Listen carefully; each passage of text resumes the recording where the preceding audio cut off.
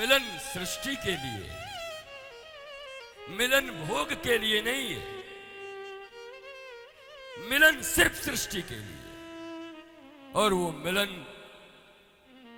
कैसे हो, वही 3 संस्कार हैं जो मैं तुम्हें आज, अगर 17 है तो 19 को बताऊंगा, 19 तारीख को बताऊंगा। उस 3 संस्कार तुम्हें बताऊंगा ताकि तुम्हारे जीवन में परिवर्तन हो जाए, तुम्हारे कुक्षी से, तुम्हारे कोख से एक भी नालायक संतान उत्पन्न न हो। आखिर तुम भी तो मां हो, तुम्हारी भी रिस्पॉन्सिबिलिटी है, तुम भी पिता हो, तुम्हारा भी जिम्मेवारी है। तुमसे जन्म लिया हुआ बच्चा समाज का पीड़ा देने वाला कैसे हो जाता है, सताने वाला कैसे बन जाता है, झूठा कैसे बन जाता है? क्या ये जिम्मेवारी तुम्हारे ऊपर नहीं है? क्या आप बच्चे पैदा करने के सिर्फ मशीन हो? एक मनुष्य को इस पृथ्वी पर लाकर सनातन संस्कृति के योग्य छत्रपति शिवाजी महाराज के इस पवित्र भूमि पर, क्या उनकी तरह, क्या झांसी की रानी की तरह, क्या कभी चंद्रशेखर आजाद, क्या कभी भगत सिंह, क्या कभी इनकी तरह पुत्र पुत्रियों को या उन भक्तों की तरह जन्म देने की तुम्हारी इच्छा नहीं होती? जहां तहां हाथ उठाए घूमते चलते हो, औलाद दे दो, हमारे बच्चे को ठीक कर दो, उसका जीवन ठीक नहीं चल रहा, उसकी मति खराब हो गई। तुम इतने समझदार अगर पहले से रहोगे तो शायद तुम्हें अपने बच्चों के लिए दर दर पर भीख मांगने की जरूरत नहीं पड़ेगी कि मेरा बच्चा मेरा सुनता नहीं, नालायक हो गया, नौकरी नहीं लगती। बस तुम्हें 3 वक्त सिर्फ ध्यान रखने होते हैं, मेरे देश की बेटियों और मेरे देश के बच्चों, आने वाले भविष्य के माता पिता तुम ही हो, तुम ही जनक हो और तुम ही जननी बनोगी, और आने वाला जनरेशन तुम्हारा ही होगा।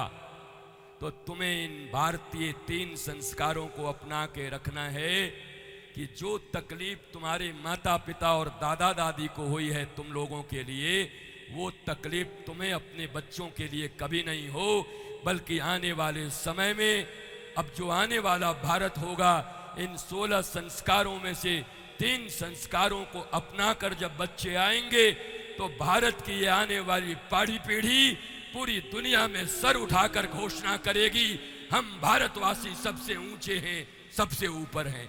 और ये संभव है। धृतराष्ट्र और दुर्योधन जैसे धनवानों की पूजा है।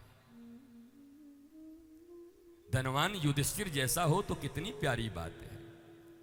इस दुनिया में 2 राज्य सोने के थे, एक लंका जहां की नालियां और गलियां भी सोने की थी, गोल्ड, और दूसरा श्री कृष्ण की द्वारिका जहां नलियां और गलियां भी सोने की थी।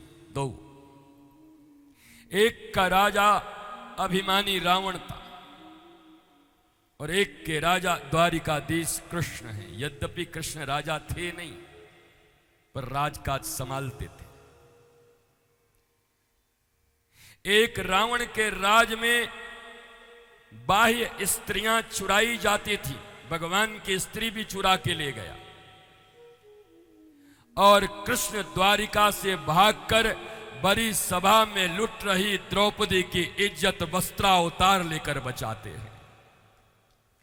एक सोने के नगर में अपने भाई को लात मार के भगाया जाता है, और एक सोने के नगर में सुदामा जैसे गरीब को भी अपने सिंहासन पर बिठाकर अपने आंसुओं से पांव धो दिया जाता है। सोने के महलों में रहना बुरी बात नहीं है, सोने के महलों के मालिक होना बुरी बात नहीं है। बुरी बात तो यह है कि रावण मत बन जाना, अभिमानी और अहंकारी मत बन जाना। बनना तो श्री कृष्ण की तरह, जिन्हें प्रेम का अवतार कहा जाता है, लीला पुरुषोत्तम, प्रेमावतार, जो मधुमंगल के मुंह के भीतर भरी हुई खट्टी छाछ को उसके मुंह से निकालकर जूठा पी जाते हैं, वो कृष्ण।